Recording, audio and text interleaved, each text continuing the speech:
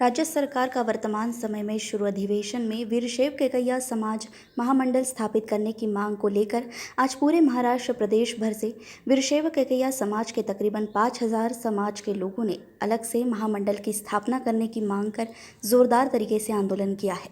आश्चर्य की बात यह है कि समाज की इतनी बड़ी संख्या ने मूसलाधार बारिश भी आंदोलनकारियों का मनोबल नहीं डिगा पाई। मुंबई से यशपाल शर्मा की रिपोर्ट। सरकारवर कुठलाही बोजा नाही। आमचं महामंडळ आम्हाला वेगळं करून द्यावं आणि आमचा जो काही वाट्याला येणारा निधी आहे तो आम्हाला वेगळा दिला तर संपूर्ण आमच्या ढोर समाजासाठीच त्याचा म्हणजे फायदा होईल आणि पूर्ण त्याचा निधी आम्हाला उपभोगता येईल।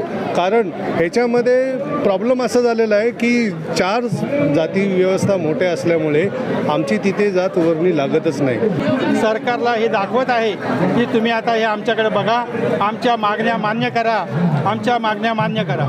सरकारला या गोष्टीची जाणीव होईल आणि आम्हाला आशा आहे की आमच्या या मागण्याकडे सरकार सकारात्मक दृष्टीने विचार करेल।